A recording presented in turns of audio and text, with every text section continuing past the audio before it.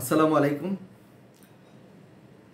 আমাদের দেশে প্রতিবারের মতো এবারও আন্তর্জাতিক নিরাপদ মাতৃত্ব দিবস পালিত হয়ে গেল।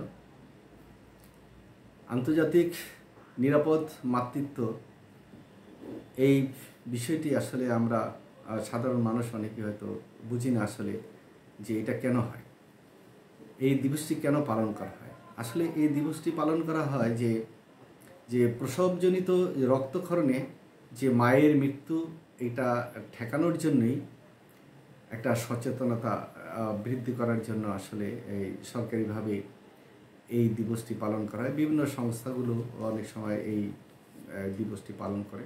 সারা পৃথিবীতেই হচ্ছে, আমাদের বাংলাদেশে হয়।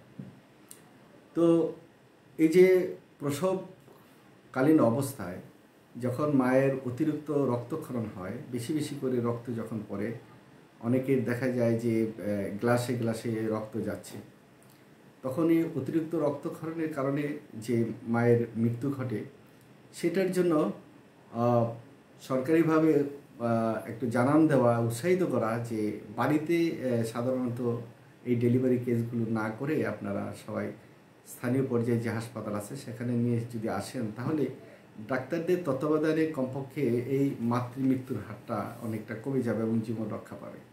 এটাই হলো আসলে মূল উদ্দেশ্য। তবুও দেখা যায় যে আমাদের দেশে যে মানে এই প্রসবকালীন সময় যে মায়ের মৃত্যু হয়, তা দেখা যায় যে মৃত্যুর যে কয়টা মৃত্যু ঘটে তার মধ্যে 85% যে মৃত্যু হয় সেটা প্রায় 48 ঘন্টার মধ্যেই হয়। কারণ পূর্ণাঙ্গ রক্ত সঞ্চালন যে ব্যবস্থাটা আমাদের দেশের স্থানীয় পর্যায়ে, উপজেলা পর্যায়ের সবগুলো হাসপাতালে নেই, মাত্র 67 উপজেলা হাসপাতাল আছে। তো আমাদের প্রায় 480টির মতন উপজেলা আছে। তার মধ্যে দেখা যায় 67 উপজেলায়, মাত্র 67 উপজেলায় পূর্ণাঙ্গ রক্ত সঞ্চালন ব্যবস্থাটা আছে, আর বাকিগুলোতে নেই। আর যেখানে দেখা যায় যে ইউনিয়ন স্বাস্থ্যকেন্দ্র, সেখানে তো প্রশ্নই ওঠে না, সেখানে তো আরও অবস্থা। কিন্তু আমাদের স্বাস্থ্য ব্যবস্থা আগের চেয়ে অনেক উন্নত হচ্ছে কিংবা সুযোগ সুবিধা বেড়ে যাচ্ছে, কিন্তু তারপরেও আমাদের পর্যাপ্ত যে সেবা দেওয়ার যে সুবিধাটা, সেটা এখনও পর্যন্ত বাস্তবায়ন হয়নি। সরকার হয়তো দিন দিন ক্রমে ক্রমে সেই সমস্যাগুলো সমাধান করবে, এবং সেই স্বাস্থ্যখাত যত উন্নত হবে তত মৃত্যুর হার অবশ্যই কমে আসবে।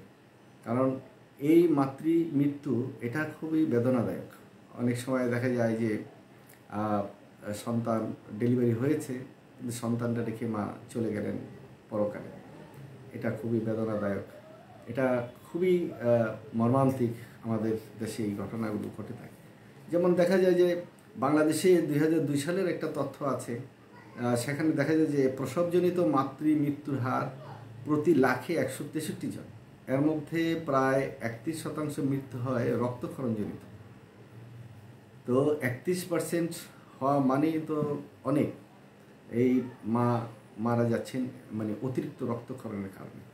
তো এই অতিরিক্ত রক্তক্ষরণটা যাতে বন্ধ করা যায়, রক্ত সঞ্চালন প্রক্রিয়াটা যাতে সুষ্ঠুভাবে করা যায়, সেই জন্যই আমাদের গ্রামগঞ্জে যে সমস্ত মায়েরা থাকেন তাদেরকে জানান দেওয়া কিংবা উৎসাহিত করা যে আপনাদের যখন ডেলিভারির সময়টা হবে, কমপক্ষে একজন ডাক্তারের, অর্থাৎ হাসপাতালে আসলে যে ব্যবস্থাপনা থাকে বাড়িতে সেই ব্যবস্থাপনা থাকে না। তো সবাই পর্যায়ে আপনারা যদি হাসপাতালে আশ্রয় নেন, হাসপাতালে চিকিৎসাধীন থাকেন কিংবা হাসপাতালে ভর্তি হন, তাহলে এই ঝুঁকিটা অনেকটাই কমে যায়। তো এটা মায়েদের ভবিষ্যতের জন্য এবং সন্তানের ভবিষ্যতের জন্য আমাদের এইটি খুব প্রয়োজন।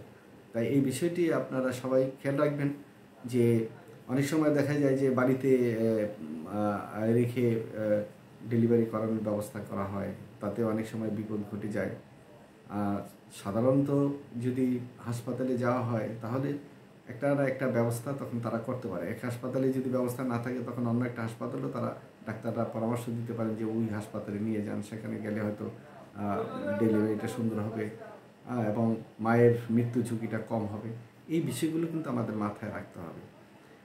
তাই আমরা সবাই যেন সাবধান থাকি, অভিভাবকরা যাতে সাবধান থাকি, আমাদের মেয়েদের কিংবা আমাদের মানে বউদের এই যে ডেলিভারি পিরিয়ডটা আসলে এটা খুব কঠিন সময় মেয়েদের জন্য। এই কঠিন সময়টা আমার সবাই তার পাশাপাশি থাকা, তাকে সাপোর্ট দেওয়া, তাকে ভরসা দেওয়া, সাহস দেওয়া এবং ভালো একজন ডাক্তারের কাছে নিয়ে যাওয়া, তার পরামর্শ রাখা কিংবা হাসপাতালে নিয়ে যাওয়া, এটা খুব মানে উচিত কাজ এবং এটাই আসলে আমাদের খুব দরকারি কাজ। এই জায়গায় আমরা যেন কোনোভাবে অবহেলা না করি। আর আমরা চাই যে আমাদের দেশে এই প্রসবজনিত যে রক্তক্ষরণে মারা যান, এটা শূন্যের কোঠায় নেমে আসুক। সেভাবে চিকিৎসা খাত আমাদের উন্নয়ন ঘটুক এবং আমাদের হাসপাতালগুলো সবগুলো হাসপাতালেই যে পূর্ণাঙ্গ রক্ত সঞ্চালন ব্যবস্থার একটা ব্যবস্থা করা হোক এবং ইউনিয়ন পর্যায়েও যাতে এই মায়েদের ডেলিভারি করার সুযোগ সুবিধা সব রকমের থাকে, সেদিকে সরকারের দৃষ্টি আকর্ষণ করছি এবং আমরা আশাও করি যে এক সময় হয়তো দেখা যাবে যে আমাদের এই শিশু মানে মায়ের মৃত্যু হারটা আমরা অনেকটা কমে আসবে। সবাই ভালো থাকবেন, ধন্যবাদ।